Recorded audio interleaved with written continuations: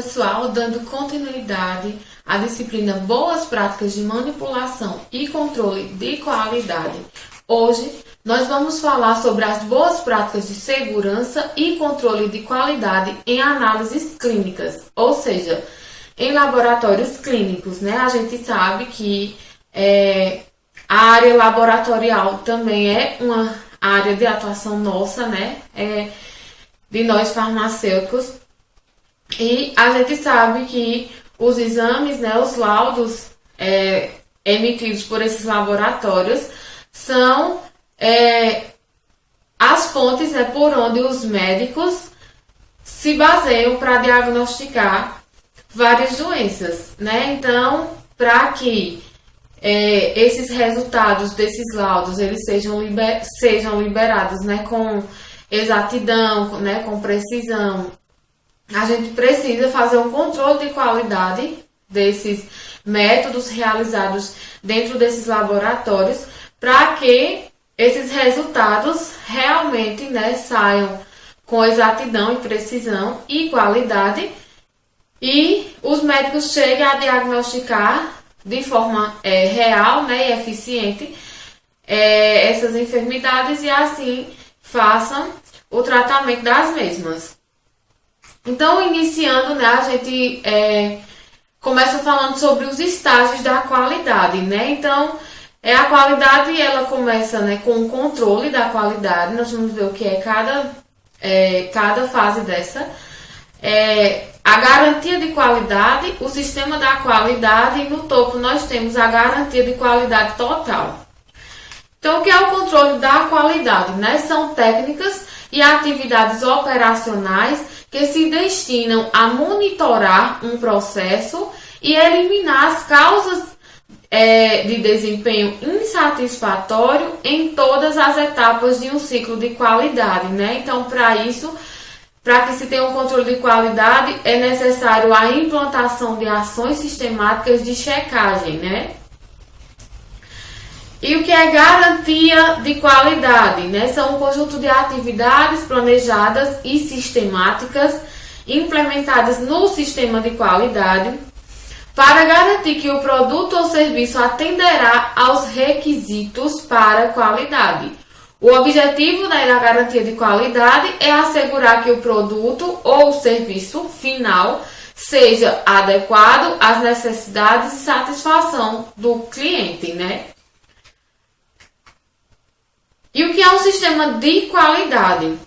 É a estrutura organizacional, são os procedimentos, as responsabilidades, processos e recursos necessários para implementar a gestão de qualidade, né? Esses procedimentos e responsabilidades estão descritos na norma NBR ISO 8402, né? O sistema de qualidade precisa implementar ações de garantia de qualidade e tem a intenção de garantir, assegurar, demonstrar que uma determinada atividade preocupa-se com a qualidade envolvida.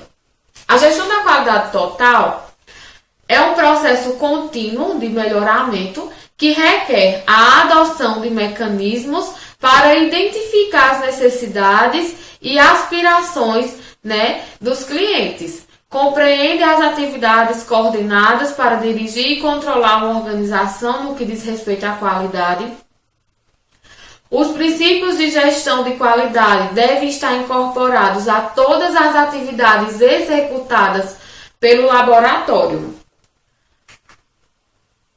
Então, para que a gente tenha, né, qualidade, é preciso que a gente se faça a padronização dos processos, né, envolvidos, desde a solicitação dos exames até a liberação do seu laudo, né? Então,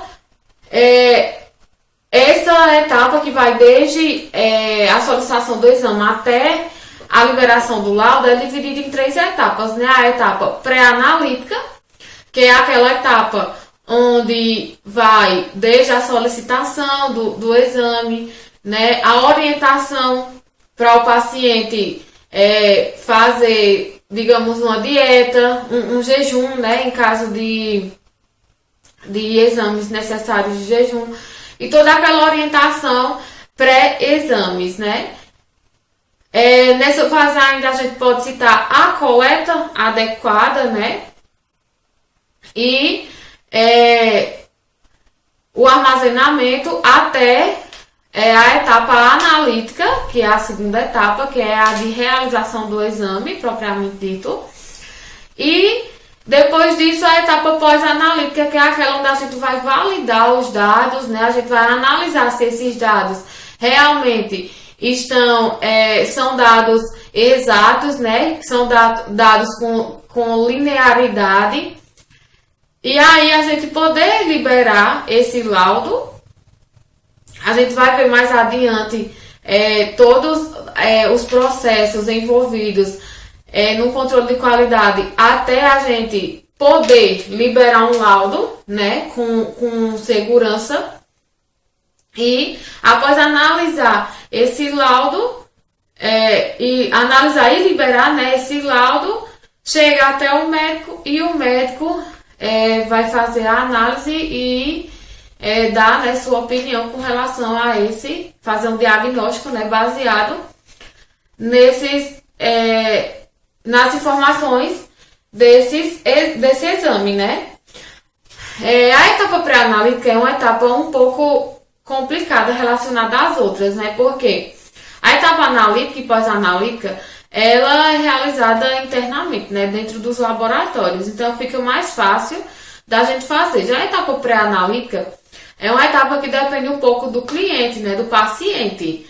Então é importante que, para garantir que essa etapa não ocorra erros, na etapa pré-analítica, é importante que os laboratórios eles disponibilizem para os seus clientes ou pacientes materiais escritos fazendo a orientação com relação ao jejum, com relação aos procedimentos pré-exames, né?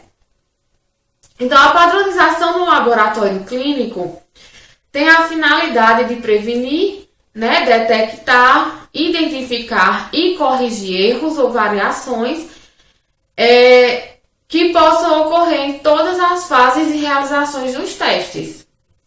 Todas essas atividades do laboratório devem ser documentadas através de instruções de trabalho, que são chamadas de ITs, ou procedimentos operacional padrão, que são os POPs.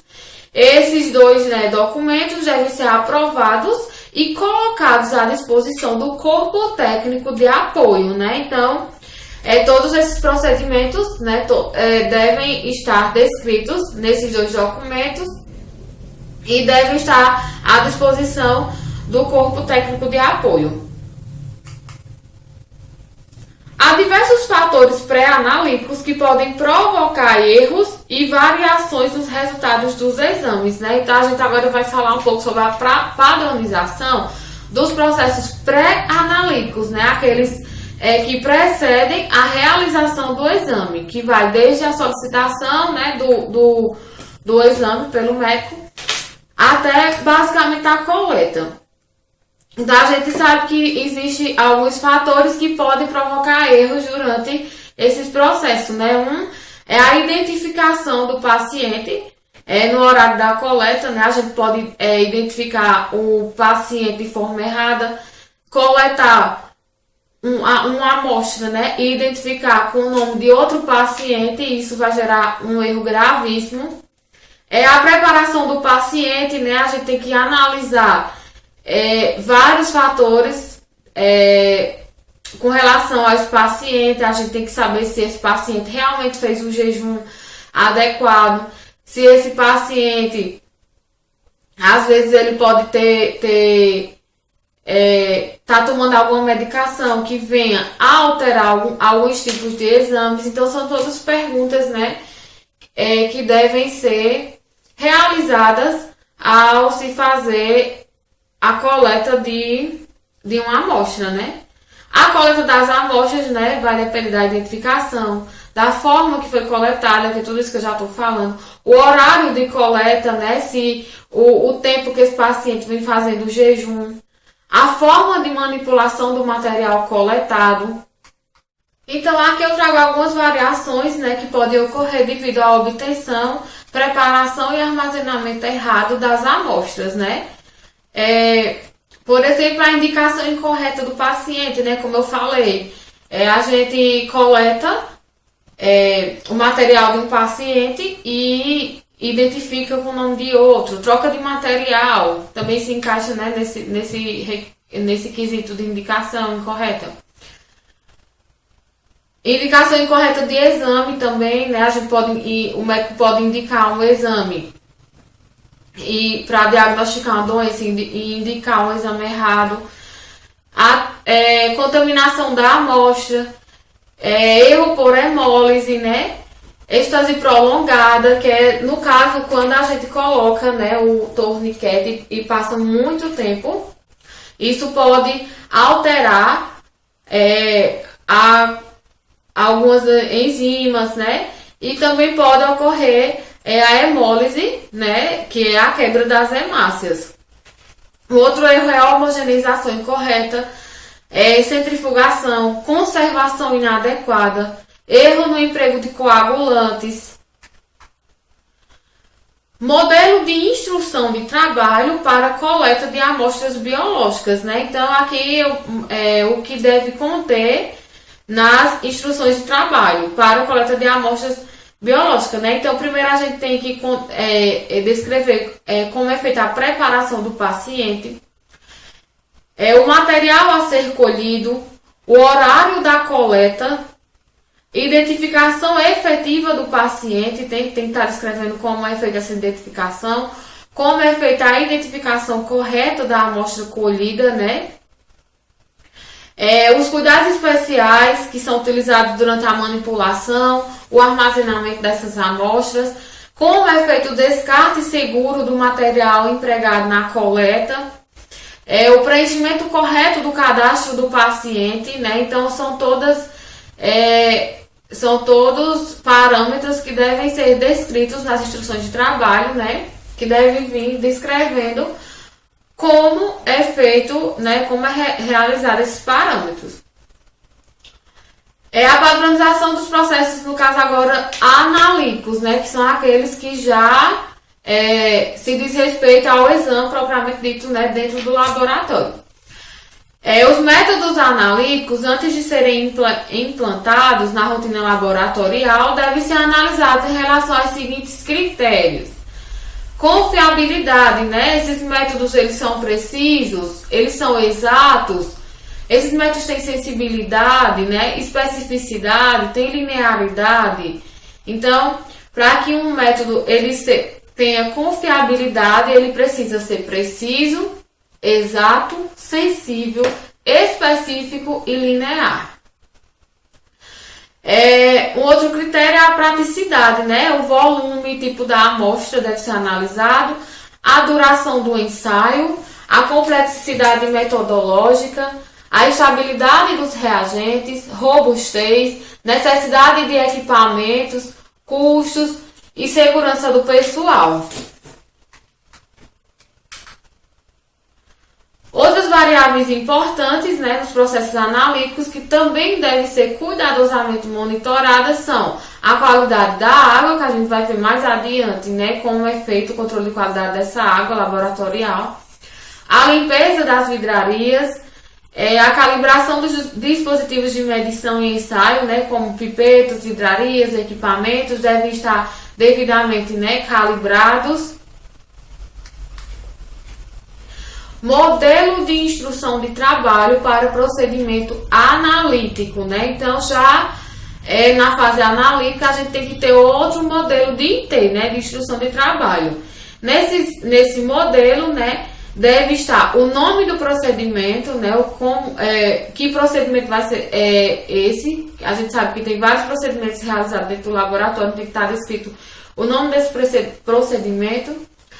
O fundamento do método, né? Que método é utilizado e o fundamento, material ou amostra do paciente, padrões, calibradores, controles, reagentes e insumos, equipamentos utilizados, né, nos procedimentos, cuidados e preocupações a serem tomadas, procedimento detalhado, linearidade do método, limite e detecção desse método, cálculos em caso de algum procedimento que seja necessário fazer cálculo, deve estar descrito como devem ser feitos esses cálculos, como é feito o controle de qualidade, deve estar descrito valores de referência para determinados procedimentos, significado clínico, valores críticos, observações e referências bibliográficas.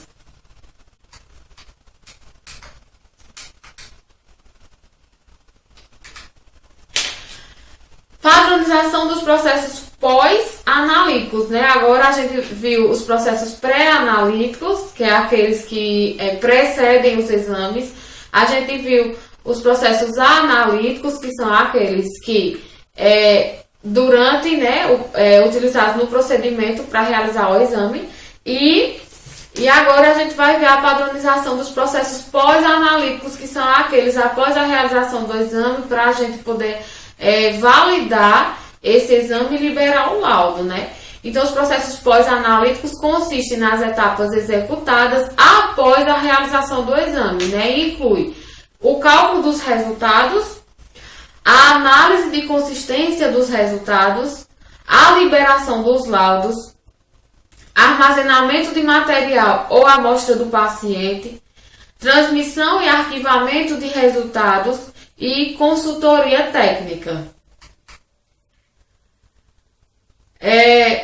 Padronização dos processos pós-analíticos, né? A direção do laboratório é responsável por assegurar que o laudo seja entregue ao usuário adequado, né? Então, o laboratório tem que se responsabilizar que esse exame, né, realmente foi entregue ao usuário certo. Os laudos devem ser legíveis e sem rasuras de transcrição.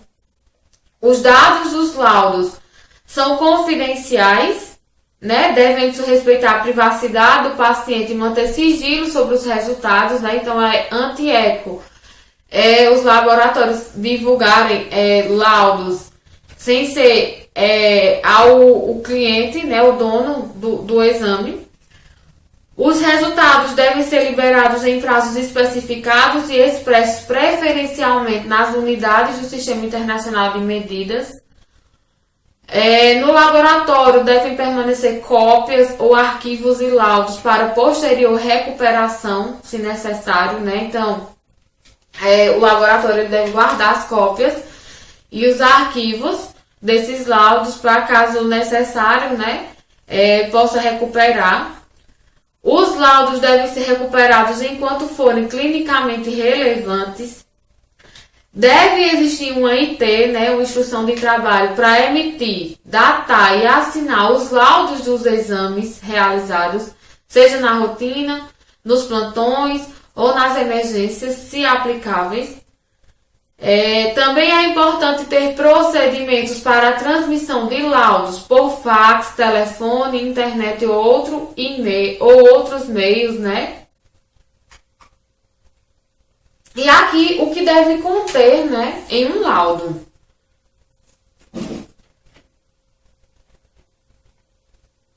Então, o que deve conter em um laudo?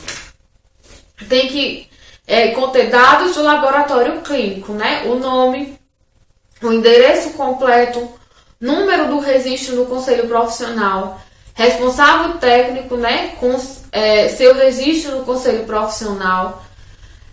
Tem que ter os dados do paciente, né, o nome, o número do registro no laboratório, né, quando o paciente deu entrada no exame, qual número foi registrado. Dados sobre o médico que solicitou esse exame, deve existir o nome, o número do registro desse profissional no conselho profissional, conselho de medicina, né?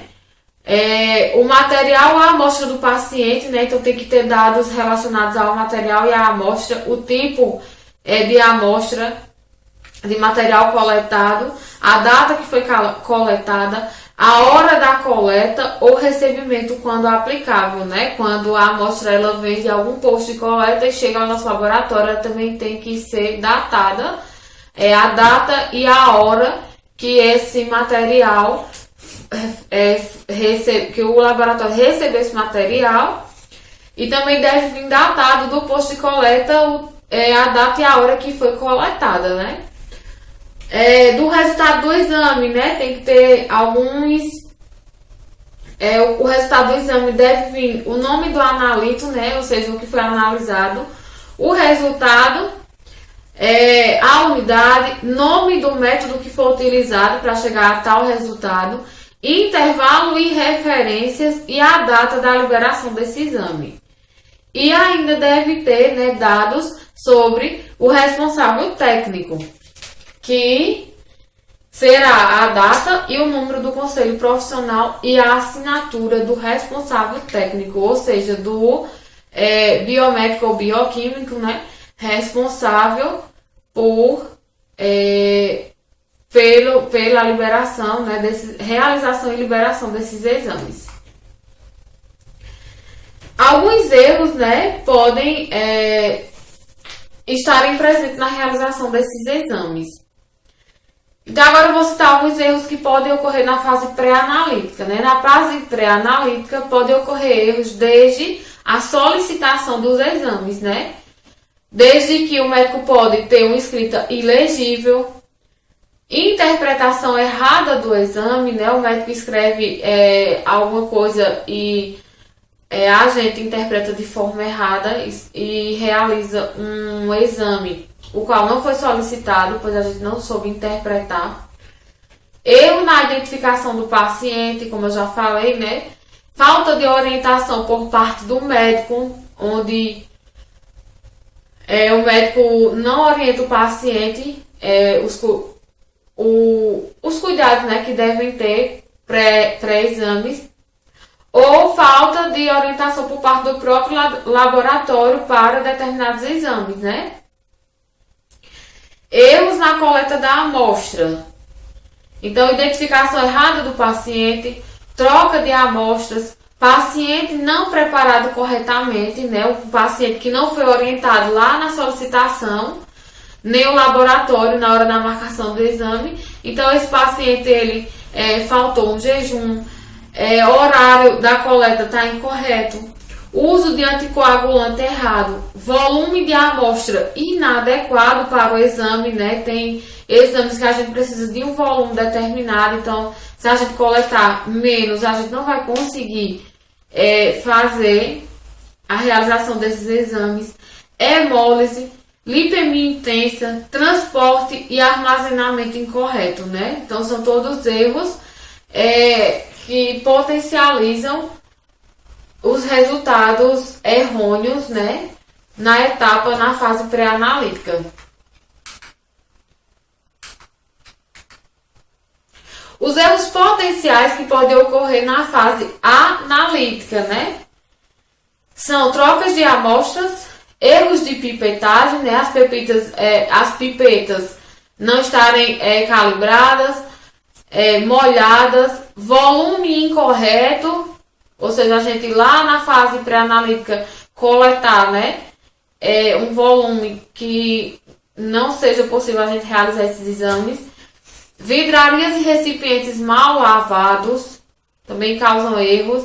Reagentes e padrões, né, contaminados, os reagentes contaminados, mal conservados, com validade vencida, erros no preparo desses reagentes, concentração errada. Então, tudo isso leva a erros na fase analítica. Presença de interferentes na amostra, né? Ou seja, medicamentos, lipemia, hemólise, icterícia e equipamentos não calibrados, né? Também levam a erros gravíssimos nos resultados analíticos desses exames. Agora, os erros, né, na fase pós-analítica são identificação errada do paciente, transcrição de dados incorreto, resultado ilegível, né, a gente liberar um resultado ilegível, unidades erradas, não identificação de substâncias interferentes, né, a gente captar lá na pré-analítica, né, que tal paciente, ele faz uso de algum medicamento que pode ser interferente no resultado de alguns exames e a gente não identificar isso no resultado do exame, então o médico vai, por não saber disso, né, vai dar um diagnóstico errado, especificidade, sensibilidade e precisão dos testes não adequada e erros na interpretação do resultado.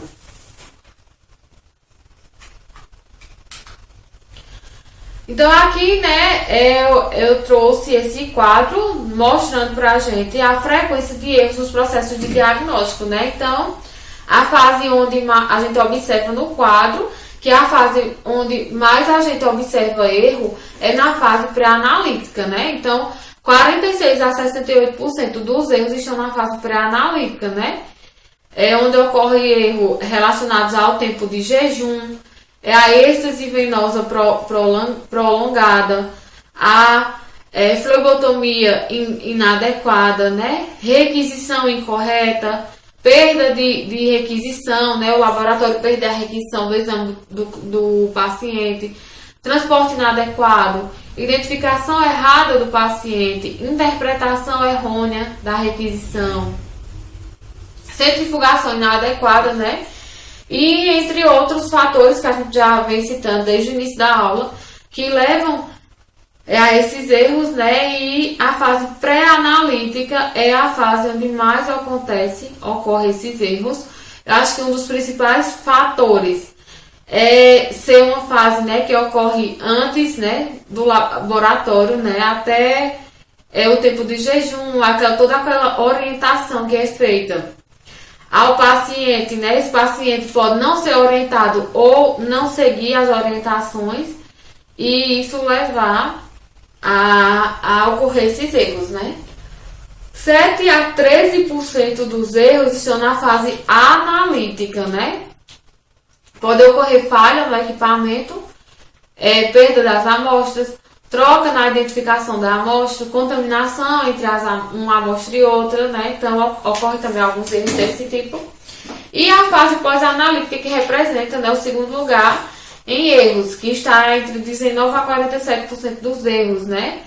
Ocorrendo perda do resultado, interpretação incorreta, erro na transcrição do resultado, tempo de liberação do resultado acima do especificado.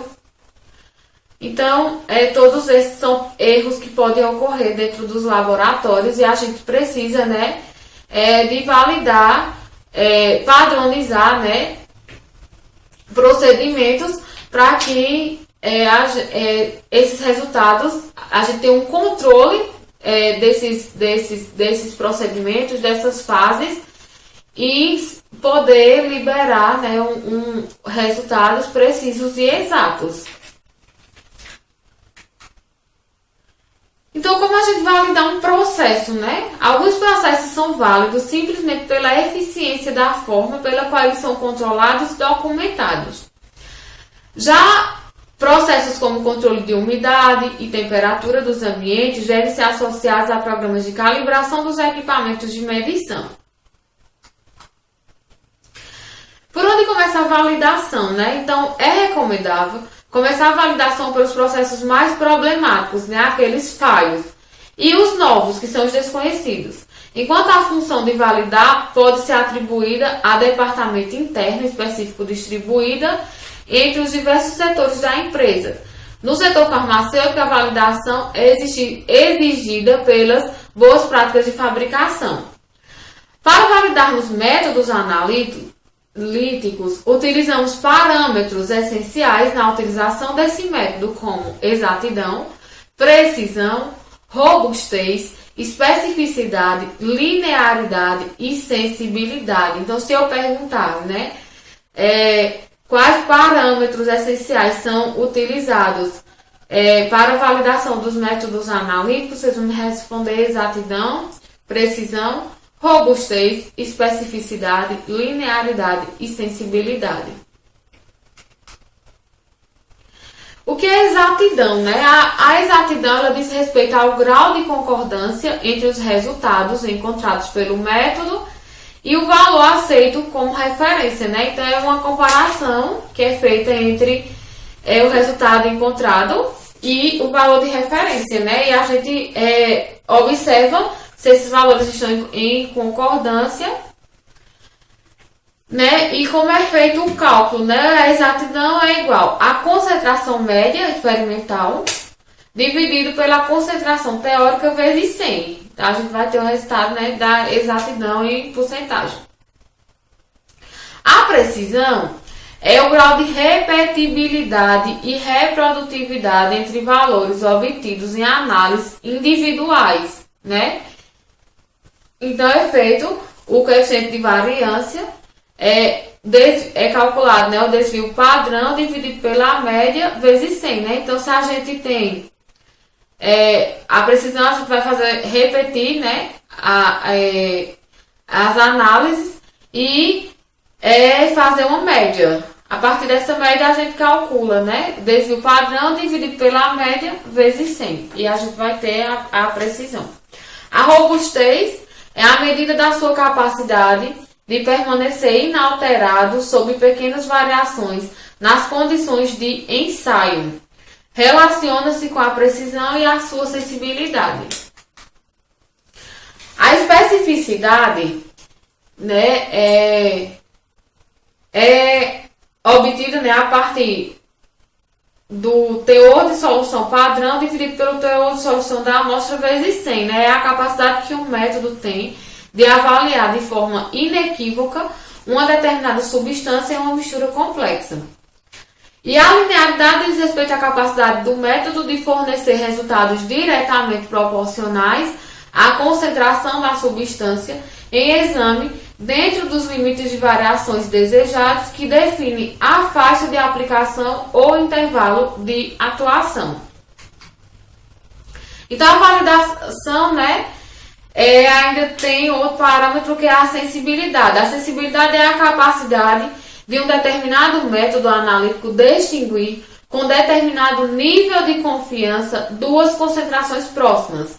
Essa característica depende, na prática, do coeficiente angular da curva de calibração, inclinação da reta, ou seja, quanto maior esse coeficiente, maior será a sensibilidade, né? Então, para a gente validar um método, né, para a gente liberar um laudo, é preciso que a gente valide os métodos utilizados nesse procedimento e a gente vai analisar esses parâmetros, né, que é sensibilidade, linearidade, especificidade, robustez, precisão e exatidão. Então, a ABNT, NBR, né, isso 17.025 de 2005, trata dos requisitos gerais para a competência de laboratórios de ensaios e calibração.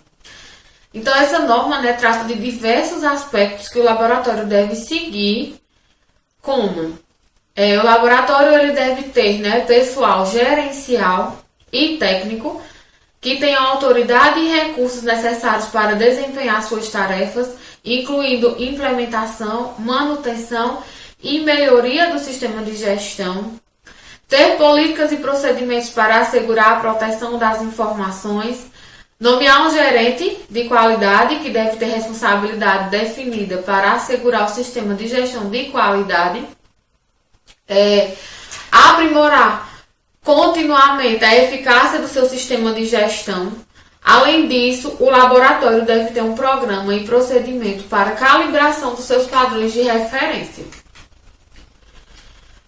Então, como deve ser feita a implantação de um sistema de controle de qualidade, né? Então, primeiro deve ser feita a conscientização do pessoal do laboratório quanto à importância de se implantar o controle de qualidade e importância da participação, né, e colaboração efetiva de todos os colaboradores, preparação e aquisição de amostras controles, estabelecimento dos limites aceitáveis de erro, né, chamados de LAI, que são limite aceitável de erro, ou limite de controle LC para cada analito de amostra controle, confecções dos cartões de controle, mapas de controle com base nas médias ir lá e para cada método, né? Então, são esses cartões de controle, eu vou explicar mais adiante, né? Que são os gráficos que são confeccionados com base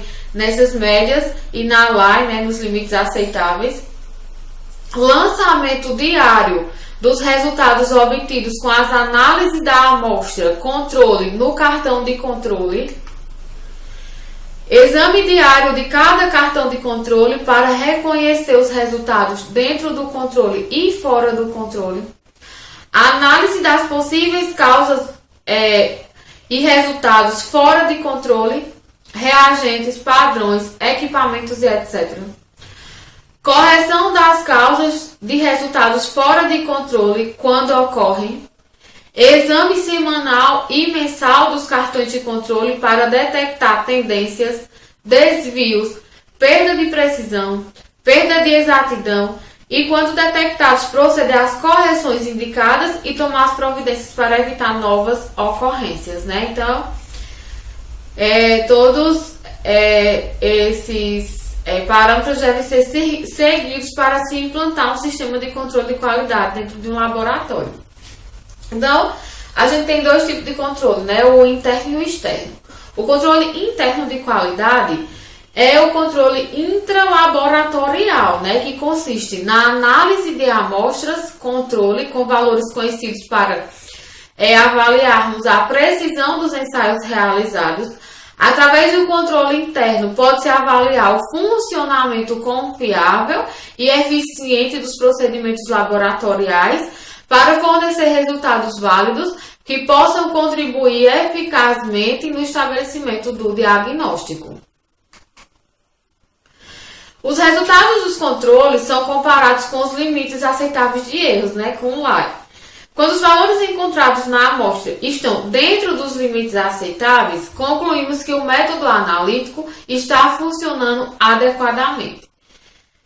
Se os valores encontrados estiverem fora dos limites, né, aceitáveis, há indícios de problemas no processo, indicando que o método analítico não está funcionando adequadamente. Então, o controle interno de qualidade, né, quando eu estava falando daquele mapa, é o gráfico de Levin-James. Né? Que gráfico é esse? É um gráfico de controle em que os resultados da corrida analítica são plotados em função do tempo ou número de corridas, né? Então, a gente vai ver como é montado esse gráfico, né? Então, resumidamente, são descritas a seguir as fases do emprego dos gráficos de controle de Levin-James, né? Então, primeiro deve-se preparar a amostra controle no próprio laboratório ou adquiri-las no comércio, né? Mais vantajoso quando se adquire essas amostras no comércio. Após ter a amostra controle, né, a gente deve analisar a amostra controle para o analito a ser controlado no mínimo 20 vezes em 20 dias diferentes, né? Calcular a média e o desvio padrão a partir dos resultados obtidos e estabelecer o limite de controle, né? Então, a gente faz a análise da amostra controle e a partir dos resultados a gente calcula a média e o desvio padrão, né? Então, como é que calcula isso, né? A média. Então, simples, né? Se eu tenho 3 resultados, por exemplo, eu somo esses resultados e divido por 3, então eu tenho a média. E o desvio padrão que para a saúde, né, geralmente é utilizado, é aceitável, né, um desvio de 95%, ou seja, 0,05. A partir dos resultados obtidos, estabelecer os limites de controle, né? Então, a partir dos resultados desses cálculos, a gente estabelece os limites de controle. Depois disso, a gente prepara para cada analito um gráfico de controle baseado nos limites de controle, né? Então, a gente preparou a amostra controle, né? Ou então comprou, adquiriu do comércio uma amostra já pronta. Dessa amostra, a gente fez a análise dela e retirou, né? Calculou a média e o desvio padrão. A partir desses cálculos, a gente estabeleceu um limite de controle, né? Um valor qual a gente vai se basear para fazer as próximas amostras, né? As próximas análises. Depois que a gente faz isso, a gente prepara para cada analito um gráfico de controle baseado nesse limite de controle que a gente encontrou, né? Então, diariamente, a gente coloca no gráfico de controle os resultados obtidos pela análise do analito da amostra. Após isso, a gente vai examinar diariamente cada gráfico de controle e detectar os resultados se estão dentro ou fora do controle. Quando os resultados do controle estiverem dentro dos limites, a gente libera o resultado. Se estiverem fora dos limites, a gente vai suspender a análise, vai cancelar o resultado, né? E vai inspecionar o processo e descobrir a causa desse problema, né? O que foi que causou o erro. Resolvido o problema, a gente vai repetir o teste. Se o resultado estiver dentro do LC, né, do limite de controle, a gente libera o resultado para o paciente. Já se continuar se mostrando fora desse limite de controle, a gente tem que inspecionar novamente e inspecionar todas as variáveis, né, e descobrir o erro para ser consertado. Então aqui, né, eu trouxe o gráfico, né, de Living Jane, mostrando, né, como eu disse a vocês, a montagem, né, começa quando a gente descobre, né, o valor do limite de controle, que é feito através da média do desvio padrão da amostra do controle, né? Então, se a gente, digamos que aqui fosse a amostra, né, controle para colesterol, né? Então, a gente achou 200 mg por decilitro. Então, essa faixinha verde é o limite de controle, né? E aqui, as outras faixinhas, né, é o desvio padrão. Para mais 1, mais 2, 3 e mais 3, né? Então, é o desvio padrão para cima. E o desvio padrão para baixo, né? Menos 1, menos 2 e menos 3. Então, na saúde, né, é considerado aqui um desvio padrão normal, né? Até o 2, né? Tanto para cima quanto para baixo. Passou disso, então essa é a faixa, né? O limite de controle. Como nós vemos aqui, né? A gente tem que encontrar a faixa de limite de controle. Se está dentro ou fora. Então, para estar dentro do limite de controle, tem que estar dentro dessa faixa de 2 para mais, né? E 2 para menos.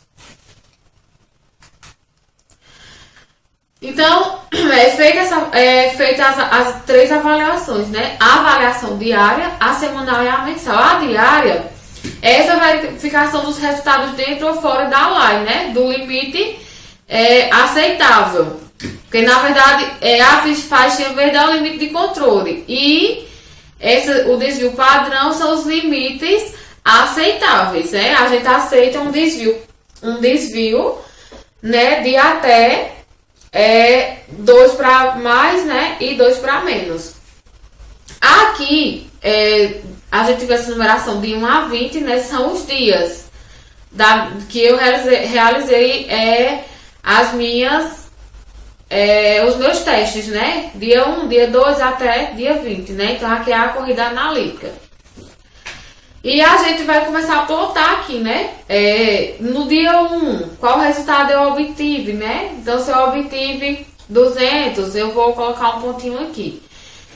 Se no dia 2 eu obtive, né, 204 miligramas, eu vou botar um pontinho aqui. Então, aqui eu já tive um desvio para mais 1, né? E assim sucessivamente, né? A gente vai ver melhor nos próximos gráficos. Então, é feita essa avaliação diária, né? Verificação do resultado, se está dentro ou fora do limite aceitável. É feita uma avaliação semanal, onde a gente vai verificar, né? a tendência, desvio, perda de exatidão, perda de precisão e avaliação mensal, onde vão ser feitos novos cálculos de média e desvio padrão, né? Todo mês é feito esses cálculos novos. Então vamos lá, né? Fases envolvidas. Preparar para cada analito, né, um gráfico de controle de nível em genes baseado na Y, né, nos limites aceitáveis. Então, a avaliação diária. Colocar no gráfico os dados obtidos para a amostra de controle. Se o resultado estiver dentro da Y, né, se tiver uma média de 2 desvios padrão, a gente libera o resultado. Vamos voltar aqui no gráfico para a gente analisar. Então, se a gente teve um resultado, né, diário e minhas amostras elas tiveram estão aqui dentro dessa faixinha amarela, né, tanto mais para 2 como para menos 2, então eu posso liberar esse resultado. Se eu tiver um resultado que ultrapassa essa faixinha, né, eu estou fora do meu limite aceitável, então eu tenho que negar, né, o meu resultado. Eu não libero o meu resultado fora da live, fora do limite aceitável, então eu não libero o meu resultado e eu vou procurar, né, onde está o erro, né, procurar em todas as variáveis, né, onde ocorreu o erro para poder a gente consertar e ter o resultado com segurança, né? Semanalmente a gente vai avaliar o seguinte, né? Se houve perda de exatidão. Então, o que é a perda de exatidão, né? É a ocorrência de desvio em que os pontos estão próximos de um dos lines, né? De um dos limites aceitáveis. Como a gente vê aqui no gráfico, né? Esse xzinho representa o limite, né?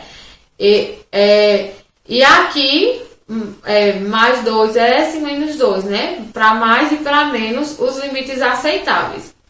E a gente observa que aqui foi analisada 1, 2, 3, 4, 5, 6, 7 amostras.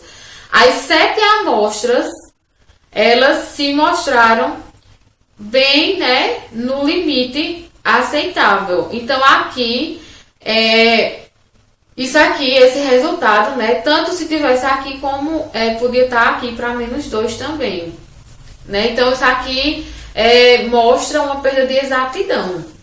E o que é que leva a essa perda de exatidão, né? Alguma alteração do controle, alteração do padrão, reagentes mal preparados, variação na temperatura dos banhos-maria, alteração no tempo das fases dos métodos, né? Leituras em comprimento de onda diferente dos recomendados, modificação dos reagentes instáveis. Então, tudo isso leva à perda de exatidão. Um outro parâmetro, né, é a tendência. O que é a tendência, né? São quando no gráfico mostra resultados de 6 ou mais amostras do controle com valores consecutivos aumentando ou diminuindo continuamente, né? Então a gente vê aqui no gráfico aqui 1, 2, 3, 4, 5, 6 amostras, né? Essas 6 amostras elas têm valores que vão aumentando, ó, continuamente. Esses valores, eles podiam estar descendo também continuamente. Então, em qualquer uma desses, ou subindo, né, ou descendo, consecutivos, se forem amostras consecutivas, é considerado um erro de tendência, né? E o que é que pode causar os erros de tendência, né? Padrão, reagentes deteriorados ou aparelho com defeito. Outro erro é os de perda de precisão, né? A ocorrência da maioria dos pontos próximo dos limites aceitáveis e poucos ao redor da média, né? Então a gente observa aqui os 2 limites aceitáveis e aqui vários pontinhos bem próximos e quase não tem pontinhos ao redor da média, né? Então, isso aqui é um erro de perda de precisão, né? A gente observa que houve perda de precisão, que pode ocorrer por conta da pipetagem inexata das amostras, da agitação imprópria dos tubos, material sujo, uso de métodos de pouca sensibilidade, controle incorreto da temperatura, falhas na operação dos aparelhos. O outro erro é a verificação, né, de desvio. Então, o desvio ocorre quando resultados, né, 6 ou mais amostras de um controle de um só lado da média e guardando entre si pequenas variações, né? Então, aqui a gente mostra que existe a média aqui, né, o xzinho, e 6 amostras se mostraram bem próximas à média aqui, só que todas de um lado só. Elas poderiam também estar aqui embaixo, mas desde que tivesse, né, de um só lado. Então, isso demonstra um erro relacionado ao desvio, né? E ocorre devido à variação na concentração do padrão, mudança na sensibilidade de um ou mais reagentes.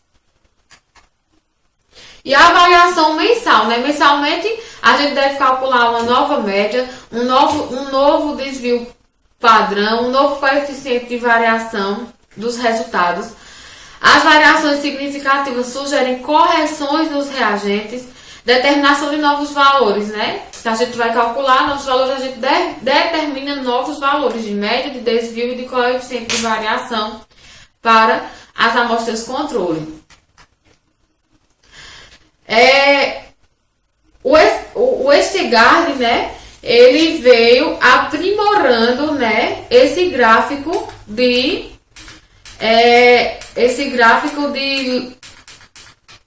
Levin-Jennings, né?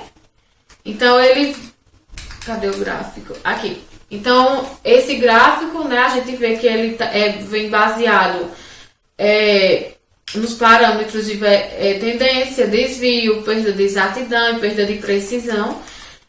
E o Westergaard, ele veio para aprimorar esses processos, né? Então, por conveniência, né, abreviaremos os diferentes critérios de decisão ou regras de controle, né? Exemplo, 1,2S. 1,2S é para indicar uma medição de controle excedendo os limites de controle de 2 desvios padrão.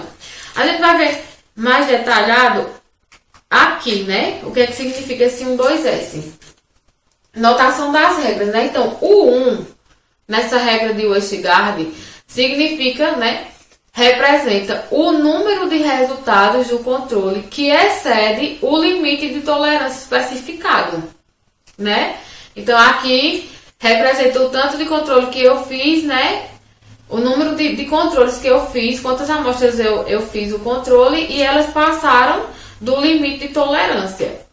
O 2, esse 2 aqui, significa que o limite de tolerância estabelecido para o controle foi 2 desvio padrão, acima ou abaixo da média, né?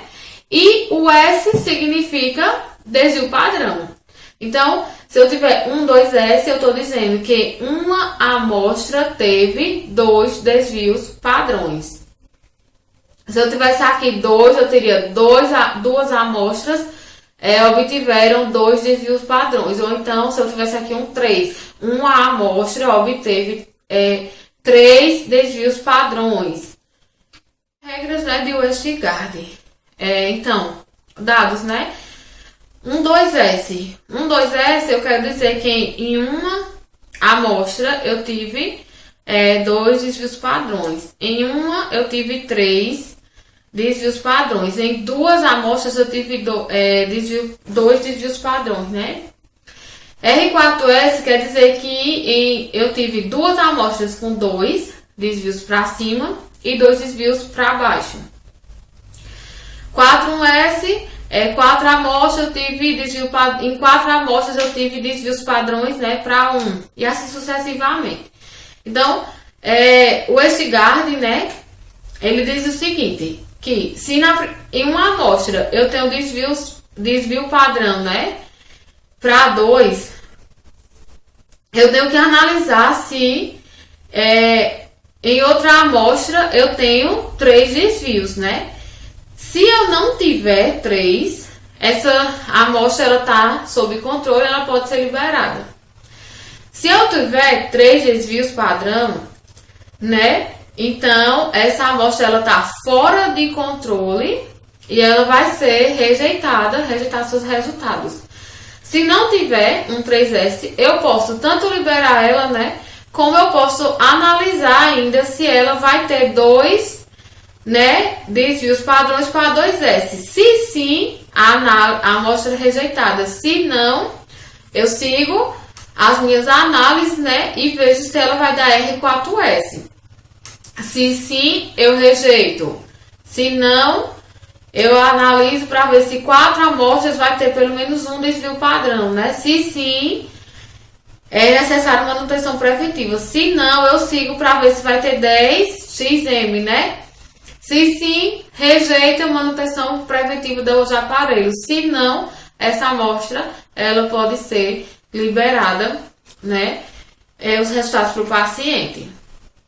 E o controle externo de qualidade, né? O controle externo é o controle interlaboratorial, né? Um sistema de controle em que o resultado de cada teste do laboratório participante do programa é comparado com a média de consenso do seu grupo. Ou seja, o controle externo é a comparação da exatidão dos exames de um laboratório com a de outros participantes, com o objetivo de padronizar os resultados de laboratórios diferentes através da comparação interlaboratorial de análises de amostras de um mesmo material, né? Então, o controle externo é uma comparação feita entre os resultados de um laboratório com outros laboratórios, né? Para poder fazer essa comparação da análise dessas amostras. Tipo de proficiência, né? É outro tipo de programa de controle externo de qualidade que consiste, né, de amostras múltiplas de valor desconhecido enviadas periodicamente aos laboratórios para a realização de ensaios de identificação. Os laboratórios são agrupados por metodologia, equipamento e os resultados são comparados com os dos outros participantes. A avaliação é feita e reportada ao laboratório participante. Padrões, calibradores e amostras controle. O que é padrão? É um material com propriedade fisicoquímica, né, viscosidade, densidade, diferente da amostra humana. Por exemplo, padrão de glicose. É uma substância padrão que deve satisfazer as seguintes exigências, né? Tem que ter substância estável com composição conhecida, ser fácil de obter, secar e purificar sem modificar a composição, possuir um equivalente grama elevado para que os erros de pesagem tenham efeitos relativamente pequenos, permitir a investigação das impurezas por testes qualitativos ou outros métodos. As amostras controles, né? São concentrações determinadas por métodos químicos, apresentam propriedades químicas ou físicas semelhantes às do desconhecido, né? Acho que a gente vai analisar.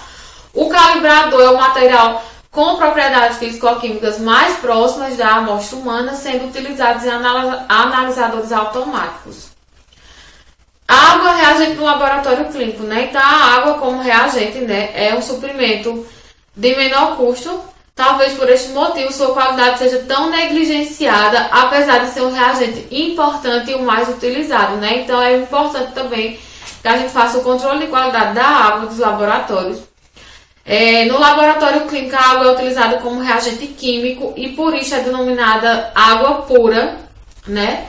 Significa que ela deve conter uma quantidade mínima de contaminantes, né? Ou seja, íons, material orgânico e micro-organismo, capaz de atender às diferentes aplicações. Então, aqui eu finalizo a nossa aula. Obrigada, pessoal, e até a próxima aula.